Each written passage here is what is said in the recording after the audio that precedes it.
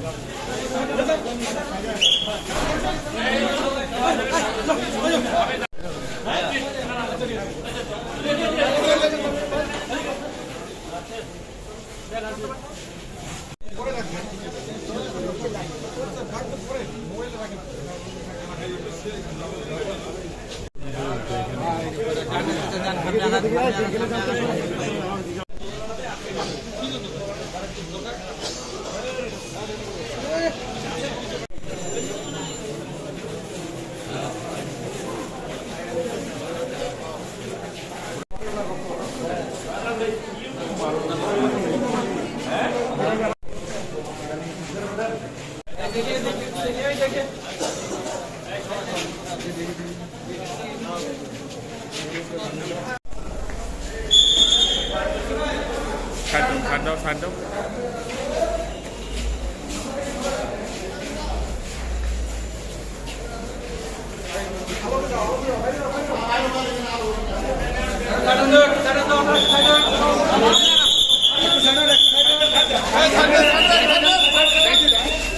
একটু সাইড আসলে বেশি হয়ে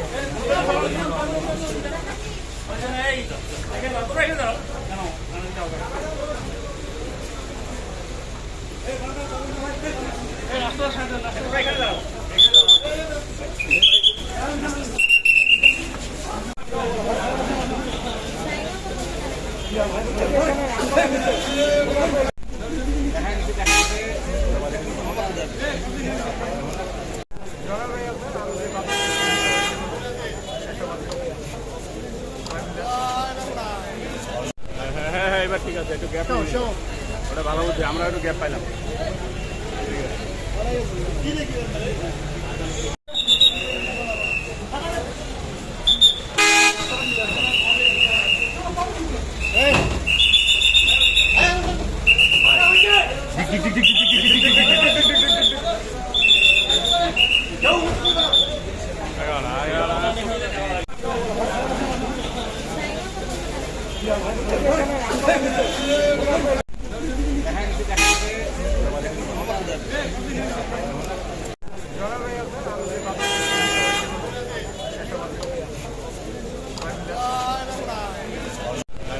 এবার ঠিক আছে, একটু গ্যাপ ওটা ভালো বুঝছি, আমরা একটু গ্যাপ পাইলাম।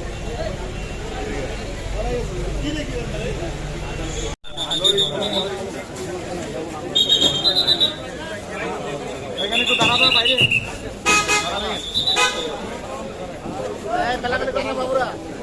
এভাবে ব্রেক, এভাবে ব্রেক।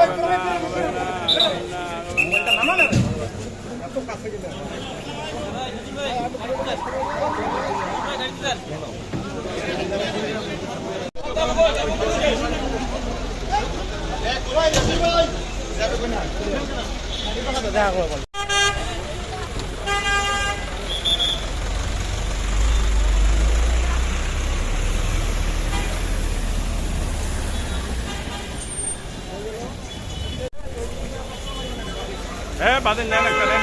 বাদী তো নাই, কোন আসামি মিলিয়ে তাকে পুড়িয়ে মারা ফেলা হয়েছে, এগুলো সঠিক উদ্ধারের জন্য রিমান্ডের আবেদন করা হবে। ইনশাআল্লাহ তার ন্যায় বিচার হবে, এটা প্রত্যাশা রাখি। বাদী পক্ষে আমাদের তীব্র আপত্তি আছে। এইরূপ যারা রাষ্ট্রবিরোধী এবং জঘন্য অপরাধ করে মানুষকে শোষণ করেছে তাদের ন্যায় বিচার করে ছাড়বে। ভূমি দখলের যে মামলা আমরা করেছিলাম, আজকে আসামিকে এখানে উপস্থিত করা হয়। বিজ্ঞ কোর্ট এটার জামিন নামঞ্জুর করছে, পরবর্তী দিন ধার্য করছে শুনানির জন্য। আমি আশা করি ন্যায় বিচার পাবো, ন্যায় বিচারের আশায় আমরা আছি। আর আমি মনে করি বালিয়াডাঙ্গিতে এরা যে অন্যায় অনাচার দখল চাঁদাবাজি করেছে এটার অবসর হবে। এবং আমি অনুরোধ করব ওই এলাকার যারা নির্যাতিত হয়েছে তারাও যাতে আইনের আশ্রয় নেয়। ইনশাল্লাহ আমরা ন্যায় বিচার পাবো। এই যে আসামি, এই আসামি বালিয়াডাঙ্গির একজন ভোট চর্যকৃত অপরাধী, ভোট চুরি করে নির্বাচিত হয়েছে। এটা আপনারা সবাই জানেন। তথাকথিত আমলে আওয়ামী লীগ ফ্যাসিস্ট যুগে ভোট হয়নি কোনো জায়গায়, নির্বাচিত হয়েছে ভোট চুরি করে। এইরূপ একজন এমপি বলছে যে উনি বেলা নাকি সাবেক এমপি। আমরা মানি না, আমরা জানি যে একজন ভোট চুরি করে কোনোদিন এমপি হতে পারে না। যার রাষ্ট্র এখন তাকে সাফার করাচ্ছে, এটা হচ্ছে বাস্তবতা।